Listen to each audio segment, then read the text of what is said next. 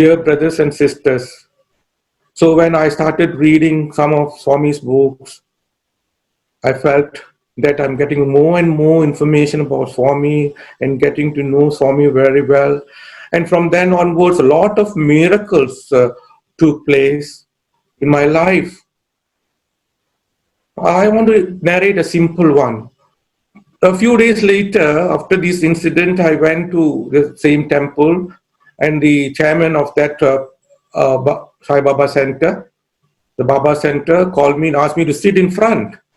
So I sat beside him actually, and then I saw a lot of photos with Baba at the center and all Nanak, Vishnu, Jesus, Buddha, all there.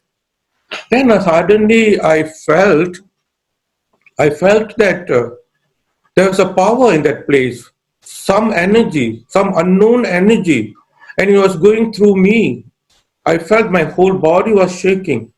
Then suddenly I saw all the pictures, on the frame, there were drops of water. I think it is Ganga Tirtha, if I'm not mistaken.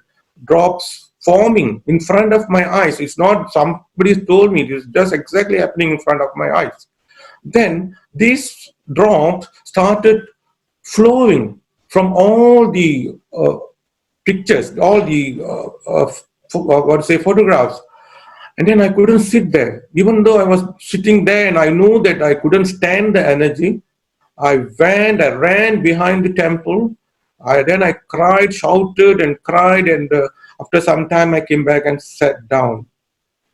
So there were some incidents which happened later which confirmed that Swami is 100% observing everything. He's omnipresent, omnipotent, omniscient, and somewhere or other I'm connected with him in some way. I'm not sure how.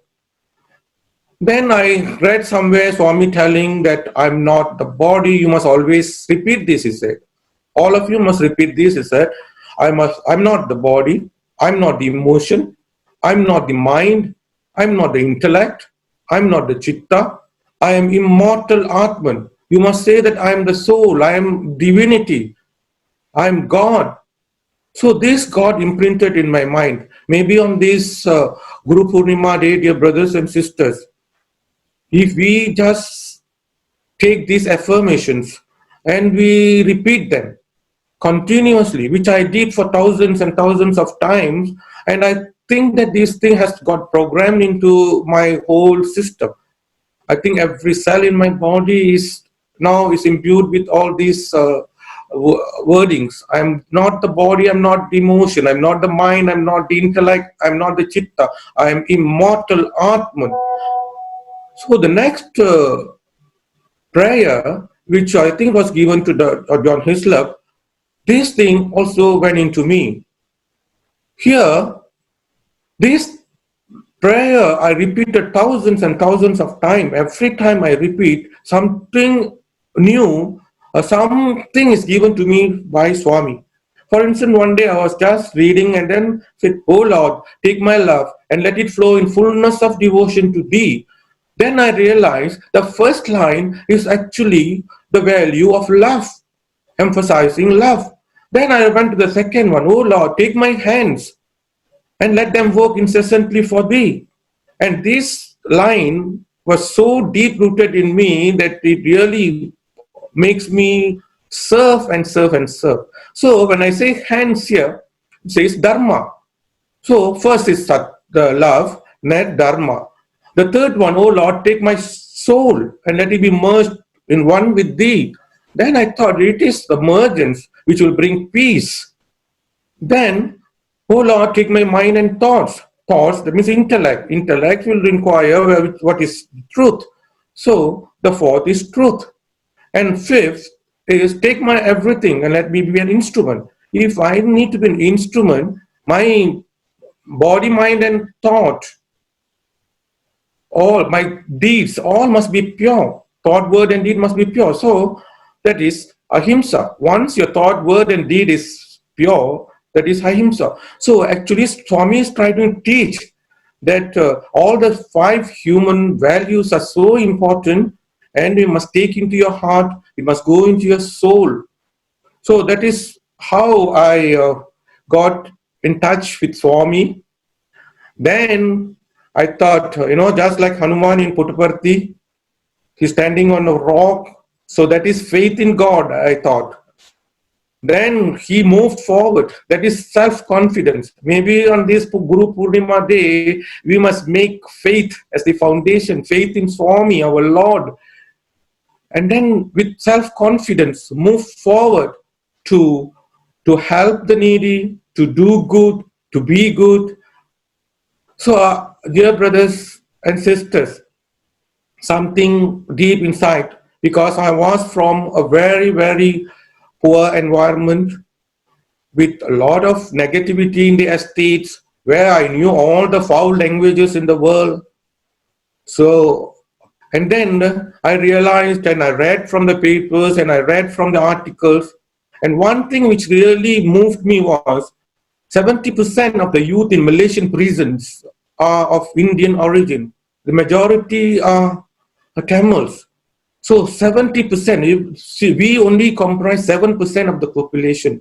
But our Indians, I'm not racial here. I'm trying to say that what is the situation of Malaysian Tamils or the Malaysian Indians? Why? Because they are not taught values. Their parents, like my parents, were not, most of them not educated. They do not know about value system. They do not know about spirituality, religion. If some of my friends don't even know a basic concept of Hinduism. So I thought that what Swami has given will definitely bring about a change. I was thinking, Swami says that Gayatri Mantra can bring a change if everybody, irrespective of caste, irrespective of religion, if every child, every man can recite Gayatri, then they will become good and human values will automatically bloom. So I thought Swami's word must be true. So I decided from then on as a personal sadhana. Even though I was the state coordinator and spiritual coordinator and so on, and we had a lot of programs in the center, a lot of devotees are involved in the center activities with so many outreach programs. But for me personally, I thought I must venture into this because my love for these estate children, those who live in slum, and then villages was so great that what I did, I wanted to go to all the primary schools in Malaysia. I wanted to go to secondary schools. I want to go to colleges, universities, temples, and meet the parents and give them the Gayatri Mantra. And I want to tell them about the significance of Gayatri Mantra. Dear brothers and sisters, I think all these thoughts came to me from Swami. So it is only Swami who was only the doer and was directing me. So if you look at this, I go to schools throughout the country in Malaysia. So early morning in the assembly, now many schools have taken up Gayatri Mantra as the first activity in the school. So what I do, I have given to the schools CDs by Swami. Where Swami is reciting the Gayatri and the teachers and the students to follow exactly, because I'm not good in Sanskrit. I can't really pronounce very well. But following Swami's CD, and I thought they can be initiated by Swami by listening to it. So that is how I started in schools. So what I did, we need books. So with the help of some of my friends, actually those friends in Singapore, there were two of them, they funded for the books, and then I translated. Swami, made me translate the English Gayatri Mantra book into Tamil with questions and answers so that even children, adults can understand what is Gayatri Mantra. And then we produced thousands of CDs, Gayatri cards, Gayatri photographs, and went to schools throughout the country wherever needed. Where see, once they started, Swami made me go to many schools. In fact, many schools wanted the human values program and Gayatri mantra. So, what I thought one day, Swami gave me a thought.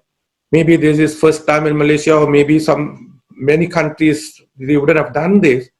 So Swami said, in my mind, I was thinking, Swami, we want to have a convention, Gayatri convention, where thousands of people will come and attend. There we can give them the CDs. There we can give them how to repeat the mantra. And we can call the prominent people who are good at Gayatri to talk about Gayatri. Dear brothers and sisters, many said it's not worthy because Gayatri mantra shouldn't be taught to everyone at any time, anywhere. It only can be recited by certain group of people. So there was one Orthodox group of Hindus. They were against it. They said you all shouldn't do this. But I know Swami said Gayatri mantra must be can be recited by anyone, irrespective of caste, irrespective of race, religion. So I went forward. I told all my center devotees and centers that we have to go forward and we have to make this a success. I know Swami was behind me because he gave the thought to me. So I thought he will fulfill it. So even at the stage, we put the Gayatri photo where it was Puttaparthi photo, a big one, so that Swami is always there and Gayatri Mata will guide us. So there were thousands, more than 1,000 people attended. Children, school children, parents, all came. They listened from 8 in the morning to 5 in the evening. Very quiet. The whole place was like heaven. No noise, nothing. Everybody was deeply taking in the Gayatri mantra and the meaning expounded by some prominent speakers. So I thought definitely this is Swami's work. Thank you, Swami, for making me an instrument. Then I thought that, this Gayatri mantra is so powerful. It actually, Swami is doing all this. So it has to go to many, many, many, what to say, students, to the public.